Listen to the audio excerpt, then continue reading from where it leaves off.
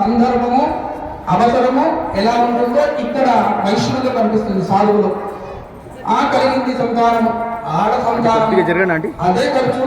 ఈ వ్రతం ఇంకో ఖర్చు, అమ్మాయిగా పుట్టింది, కన్యాదానం చేయాలి, వివాహం చేయాలి, ఆ వివాహ సమయంలో నేను వ్రతమాచరిస్తాను అని తెలియజేసిన వాడని.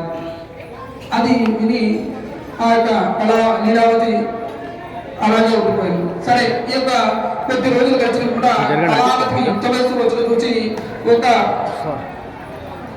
ఆ యొక్క వ్యాపారి ఈ విధంగా చేసిన వాడాను ఒకరిని పిలిచి, అయ్యా మా యొక్క కళావతికి మంచి వరుణ్ణి తీసుకురా అయ్యా అని చెప్పిన వాడాను దూతకు. ఆ దూత వెంటనే కాంచనా నగరంకు వెళ్ళి ఒక యోగ్యుడైన వైశ్య కుమారుని తీసుకొని వచ్చాను. అతను అన్ని విధాలుగా తన కుమార్తె కళావతికి తగిన వాడెవరి చేత ఆ వైశ్య కుమారునికి తన కుమార్తె కళావతినిచ్చి మహావైభవముగా వివాహం చేసిన వాడాయన. ఆ వివాహ వేడుకలో ఉండి సత్యనారాయణ వ్రత విషయమే మర్చిపోయినాడు. చూడండి, ఇక్కడ మనం గమనించాలి, భగవంతుడు ఏది ఇచ్చాడో అది మనం మర్చిపోవడం, దానితో మళ్ళీ సంతోషంలో ఉండడం, ఆ సంతోషంలో కూడా మర్చిపోవడం. అని ఏం చెప్పాడు? వివాహంలో వ్రతం చేస్తా అన్నాడు, సంతోషంగా వివాహం చేశాడు, కానీ వ్రతం ఆచరించదు.